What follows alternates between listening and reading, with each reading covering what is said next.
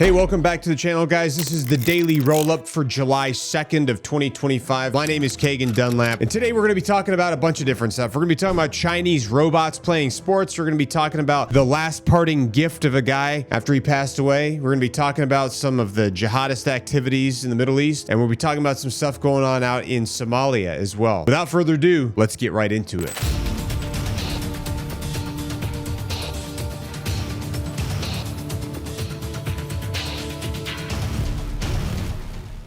So on the 1st of July, a senior Iranian MP, Alaeddin Boroujerdi, who's also a member of the Parliament's National Security and Foreign Policy Commission, made a statement about Iran's uranium enrichment policy. He made this statement while he was on a talk show out there in Iran. He said he declared that Iran would enrich uranium to whatever level it deems necessary without accepting external conditions or limitations. Specifically, he mentioned the possibility of enriching uranium to 90% purity, which is considered weapons grade, and using it for civilian purposes such as powering ocean-going vessels. Additionally, he went on to emphasize that Iran's only red line is the development of nuclear weapons, citing a religious fatwa by Supreme Leader Ayatollah Al-Khamenei prohibiting such weapons. So for those of you that don't know what a fatwa is, it is a non-binding legal option or ruling issued by a qualified Islamic scholar on a specific issue. It's based on Islamic law, Sharia law, and it addresses questions or disputes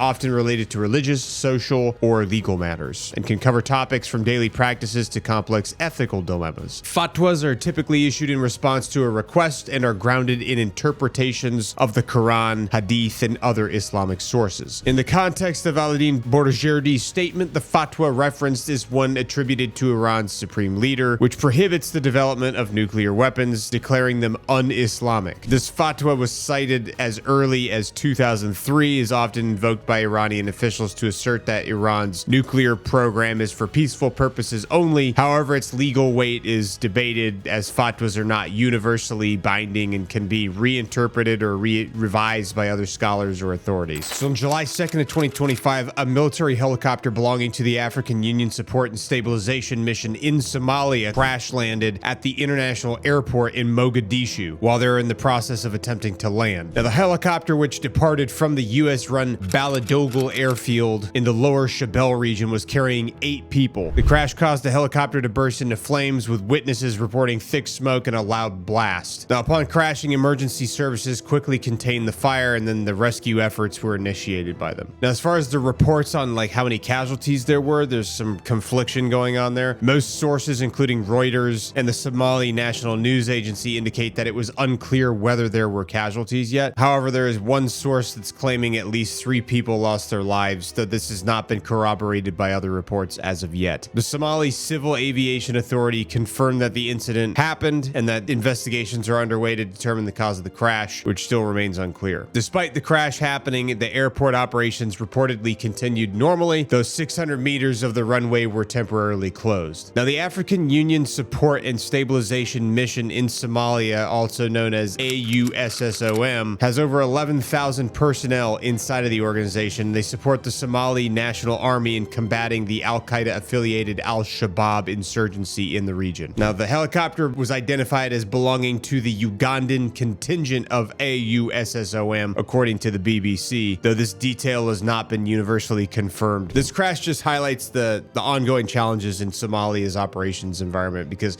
military helicopters are pretty critical to getting around to different locations that are in austere environments with poor infrastructure, while there's also an active insurgency happening across the country. All right, look, I'll be the first person to say it. We got robots playing sports before GTA 6. Ladies and gentlemen, may I present to you the Robo League World Robot Soccer League of China. The Robo League is China's very first humanoid robot soccer league, which officially kicked off on June 28th of 2025 in Beijing's Yizhuang Development Zone. Essentially, it marks the world's very first fully autonomous 3-on-3 AI AI-powered robot soccer tournament. Now, the purpose of this league is to test and showcase advancements in AI technology and humanoid robotics, particularly in AI-driven autonomy, agility, coordination, and safety. It's also serving as a precursor to the 2025 World Humanoid Robot Games, which is scheduled for August 15th through August 17th of 2025, also in Beijing. The event was organized by entities like Shanyicheng Science and Technology Culture Group, with robots supplied by Booster Robotics. Teams from some of China's top institutions like Tsinghua University and China Agricultural University competed, each embedding their own AI algorithms into the robots to see how they performed. Now, as far as the format of the tournament, it featured 3-on-3 matches with 4 teams, each fielding 3 humanoid robots plus 1 substitute. Games consisted of 2 10-minute halves with a 5-minute intermission. Now, one of the highlighted features of this particular event was that the robots had full autonomy, operating without human intervention, using completely AI-driven strategies for perception. They relied fully on advanced visual sensors to identify the ball and also to navigate the field. Now, as far as the performance is concerned, people have described the robots as having skills that were comparable to a 5 to 6-year-old child, displaying basic soccer abilities like kicking and scoring, but struggling with balance and dynamic obstacle avoidance. Some robots fell down and were required to be carried off of the field by stretchers, which added level of comedy to it that I don't think we had anticipated in the beginning of this video. In the end, after this event completed, Tsinghua University's THU robots defeated China's Agricultural University 5-3 in order to win the championship. Now, China's robotics market, which is currently valued at $47 billion,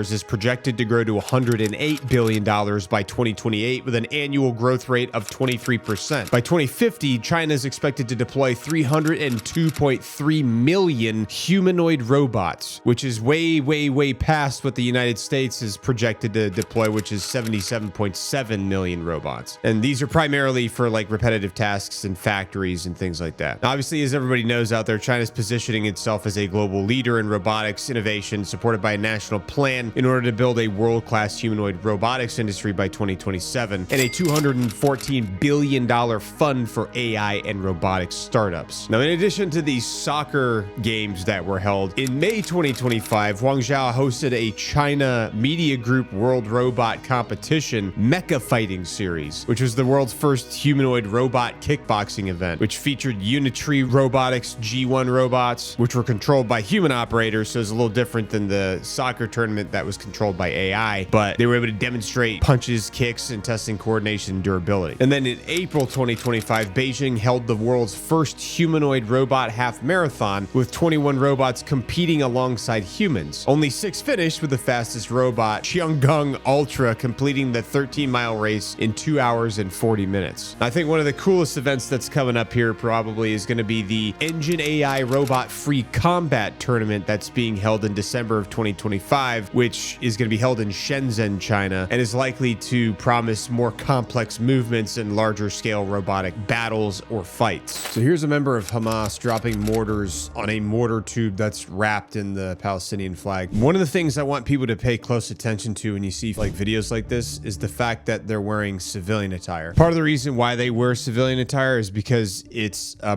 common practice for insurgency operations to wear civilian clothes because it allows them to blend into civilian populations, making it harder for professional military forces to distinguish them between friend or foe, or distinguish them between civilian or enemy combatant. This happened all throughout the Middle East, throughout the entire time that we've been out there, and also obviously in Gaza right now, because then the Israeli Defense Force can't tell who is an enemy combatant and who's not. They do this specifically during any type of guerrilla style operations or attacks, specifically like what they did on October 7th of 2023. It complicates military targeting and increases the risk of civilian casualties. Additionally, it obscures the distinction between combatants and non-combatants, which is the big piece. Now, that being said, Hamas has been known to wear uniforms as well, although they only typically wear them when they're like filming propaganda videos and not when they're actually conducting offensive combat operations. The use of civilian attire is a pretty well-documented strategy in asymmetric warfare that's been employed by tons of non-state armed groups locally, globally. So a 58-year-old man named Daryl Thomas, who passed away recently from Alzheimer's disease, had one final wish that he passed on to have his sons carry out before he left this earth. Daryl was known for for being a deeply generous human being and had a deep connection with his community. His last wish was to shower his neighborhood with money and flower petals, reflecting his lifelong commitment to uplifting those around him. So on the day of his funeral, his sons Daryl and Jonte Thomas honored their father's request by arranging for a helicopter to fly over the east side of Detroit, dropping thousands of dollars in cash, along with rose petals, which is a symbol of love and farewell. Now, Thomas, who owned a local car wash, was well known in the community, often being referred to as a, quote, East Side legend, end quote, for his kindness and support for those in need. His niece spoke to local media outlets and described the helicopter drop as a, quote, final expression of love from him to the community because he was a giver, end quote. The event was not just a spectacle, but it was a deeply emotional tribute, with the rose petals adding a poetic touch to the scattering of money, symbolizing both celebration and remembrance. The cash drop, which reportedly amounted to thousands of dollars, drew significant attention, with community members gathering below as the helicopter circled. Now, while exact details about the amount of money or how it was distributed remain limited, although the gesture resonated deeply with the community, turning Thomas's funeral into a communal moment of unity and gratitude. All right, guys, well, I appreciate you joining us here. I hope you enjoyed the video. Hopefully we learned something. We're a little bit more informed on the things that are happening around us in the world, which there is a lot, and there's no way you can know everything, but that's why I pick 5 things, 5 topics every day, and we make this roll-up video so you guys can be more informed and have a better idea of what's going on around you. So please, if you will, it helps me out and it helps the channel out. It also helps the editors out. If you can put a comment down below, let us know one thing that we did well and one thing that you think we could improve upon, because the editors appreciate that. They read the comments, they take a look at it because they want to constantly try to figure out things that they can do to do better. And same for me. It's good for me to know if there's something that I can do better, so that while we produce these videos down the road in the future, we can continually provide the information in a more effective manner that people enjoy. So please don't forget to like and subscribe, and then let us know in the comments below what you thought about this video, and I will see you in the next video. Bye for now.